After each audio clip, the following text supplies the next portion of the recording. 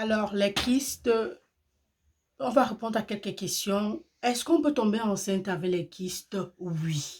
Maintenant, il faut faire la différence entre les kystes ovariens et le syndrome des ovaires polykystiques qui sont des micro-kystes, d'accord? Qui se trouvent sur la paroi des ovaires. Une fois on a fait cette différence, ça veut dire que nous sommes sur le bon chemin. La première question, est-ce qu'on peut tomber enceinte avec le syndrome des ovaires polykystiques? N'oubliez pas de regarder la vidéo dans ma chaîne YouTube Santé Prévention. J'ai répondu à cette question, je vous ai donné tous les détails. Maintenant, avec les kystes, est-ce qu'on peut tomber enceinte? Oui, oui, oui, oui, oui. Comment savoir que j'ai un kyste? Si tu ne subis pas encore les complications comme la torsion, c'est-à-dire l'ovaire qui se tord qui s'entoure sur lui-même et ça fait très mal, tu as une douleur au bas-ventre d'un côté ou des deux côtés.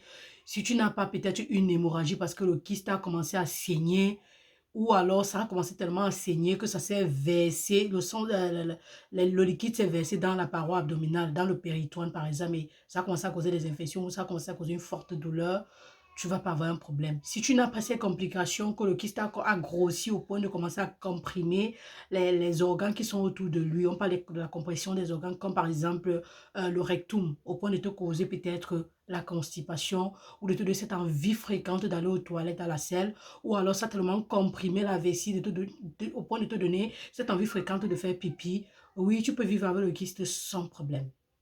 Tu peux vivre avec le kyste sans problème. Si le kyste ne s'est pas encore percé, on va parler de rupture, tu n'auras pas de problème. Mais au-delà de ça, il y a aussi que le kyste peut te déranger dans le sens, ça te fait voir des règles. Oh non. Donc, ça commence à nourrir ta curiosité. Peu importe la raison qui te pousse à nourrir ta curiosité dans ce cas-ci, tu vas te rendre forcément chez un gynécologue pour des examens. Il va faire l'examen clinique et il va ressortir tous les signes et les symptômes que j'ai cités. Douleur, la douleur unilatérale ou bilatérale, cette envie fréquente de pipi et toute cette envie d'aller aux toilettes et même peut-être la constipation dont tu n'arrives pas à comprendre l'origine parce que tu as écouté mon style de vie et tu te dis mais quel est le problème? Alors, il va te faire une échographie pelvienne qui est l'examen principal pour confirmer que tu as un kyste.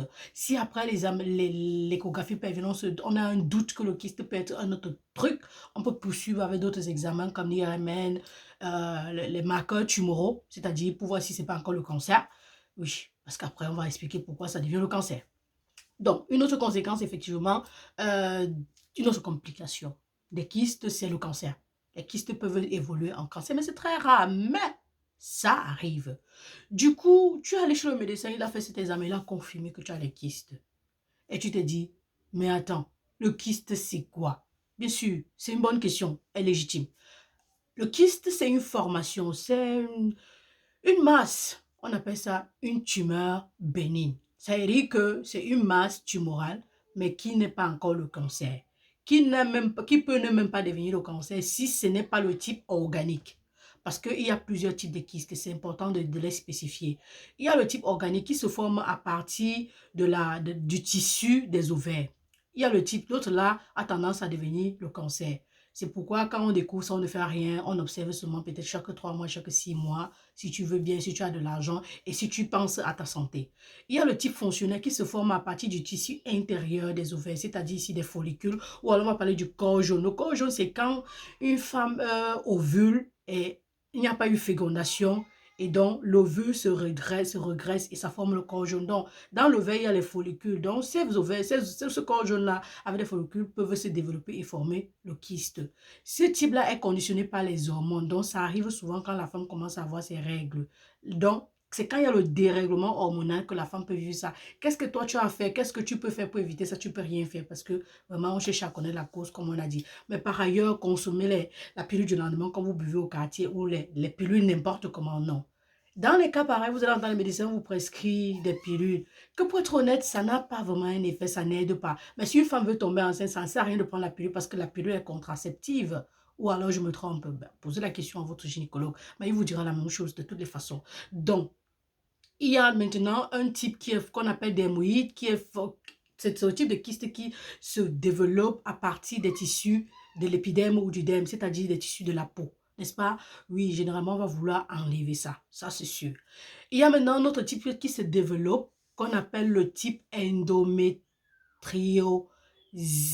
endométriosique, si j'ai bien une bonne mémoire, c'est-à-dire ça se forme à partir du tissu, du revêtement intérieur de l'utérus. C'est-à-dire que vous avez entendu parler de l'endométriose. L'endométriose maintenant, c'est le fait que le tissu de l'utérus se retrouve ailleurs, sur d'autres organes comme peut-être les trompes, mais quand ça se trouve dans les ovaires et que ça forme déjà les kystes, on parle, ce sont les kystes qui, dans ce cas-là, causent l'infertilité. Donc, quelque chose qui peut, je vais dire quoi, une situation qui peut égayer ta curiosité, c'est que tu n'arrives pas à concevoir, tu es peut-être infertile et tu te dis, je vais à l'hôpital et arriver, on te dit que tu as un kyste qui t'empêche de concevoir. Dans ce cas-là, oui, ça t'empêche, ça réduit ta fertilité, mais ça n'empêche pas forcément, c'est-à-dire que ça ne te rend pas stérile, disons ça comme ça.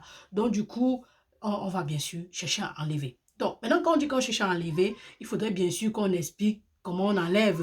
Donc, c'est-à-dire le traitement des kystes. Le traitement des kystes, comme je l'ai dit tout à l'heure, on peut donner les pilules, mais que ça ne sert pas trop. Généralement, on laisse reposer. Ça veut dire que dès qu'on découvre, on te dit ne fais rien, on contrôle. Si on contrôle maintenant que c'est en train d'évoluer, c'est-à-dire ça dépasse 6 cm ou ça atteint 10 cm, notamment 60 mm, oui, millimètres ou 100 mm, oui, on va s'inquiéter, on va vouloir enlever. Mais sinon, si c'est que ça n'évolue pas, on va rien faire. Comme dans le cas des kystes fonctionnels, ça disparaît souvent seul et souvent, très souvent, durant la grossesse. Mais si on se décide d'enlever, il y a plusieurs méthodes. Il y a la nouvelle technique qu'on appelle la colonoscopie. I'm coming, go out, I'm coming. Qu'on appelle la colonoscopie. La colonoscopie ici, c'est le fait de... excusez-moi pour ce bruit, excusez-moi pour l'enfant. La coloscopie ici, c'est une intervention endoscopique qui consiste à faire des trous sur le ventre et puis entrer avec une caméra et puis avec le matériel chirurgical pour aller tailler. La guérison est très facile, on n'a pas besoin de faire une laparotomie. Une autre technique, c'est la laparotomie. Couper le ventre carrément et tout, aller retirer. Mais ça, c'est quand peut-être on veut, le kyste, c'est tellement compliqué qu'on a besoin de retirer l'ovaire et les trompes. On parle d'annextomie. Yeah.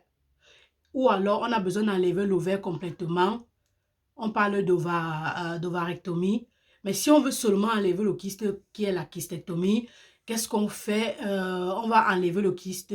Ça va avoir un rôle négatif, ça va avoir un impact négatif sur la paroi de l'ovaire parce que ça va rendre la paroi de l'ovaire fine. Mais n'oubliez pas, on a deux ovaires. Ça veut dire que si un ne fonctionne pas, l'autre va fonctionner. Et si ça rend fine, mais ça réduit, on appelle ça comment, ça réduit quoi? La réserve ovarienne, il y a quand même encore les chances de concevoir. Donc au final, quand on regarde, si on enlève, oui, effectivement, la femme peut concevoir. Chez certaines femmes, on découvre ça durant l'accouchement par césarienne. Ou alors, j'ai oublié de le dire, si on découvre le kyste alors que vous êtes déjà enceinte, jusqu'à 17 semaines d'améliorer, c'est-à-dire que 17 semaines de grossesse, oui, on peut enlever le kyste, il n'y a pas de problème. Chez certaines femmes, on enlève durant la césarienne, on fait la kystectomie et on retire ce qu'il y a à retirer. Mais sinon, voilà ça. Maintenant, il y a des questions, les femmes se préoccupent, elles disent, le médecin me dit de faire, j'ai peur de la chirurgie. La colostomie, vraiment, si la colonoscopie, vraiment, pardon, si c'est que tu peux le faire, maman, fais-le et enlève pour augmenter tes chances. Mais comme je l'ai dit, laisser au repos sans thérapie pendant quelques mois et observer l'évolution, c'est d'abord la première réaction, la ligne à faire, la ligne à suivre. Et s'il y a enlevé, on va forcément enlever pour ton bien et pour le bien de ta santé. La colonoscopie que j'ai dit, elle est facile, c'est tranquille, mais on la fait quand même sous anesthésie générale. Donc, il y a les femmes qui ne supportent pas l'anesthésie générale ou qui ne supportent pas l'intervention. C'est pourquoi on laisse toujours d'abord reposer. Donc, au final, on peut concevoir avec les kystes. Après l'intervention, on peut vivre avec sans problème. On n'est pas obligé de faire la laparotomie, c'est-à-dire fendre le ventre comme si c'était la césarienne. Et je sais pas, voir aussi j'ai répondu à toutes vos questions, je sais pas, dites-moi en commentaire si vous avez aimé, mettez un like, partagez, abonnez-vous et partagez la bonne nouvelle autour de vous. Ici, c'était la Daronne de la santé 3.0, doctoresse Thérèse, infirmière.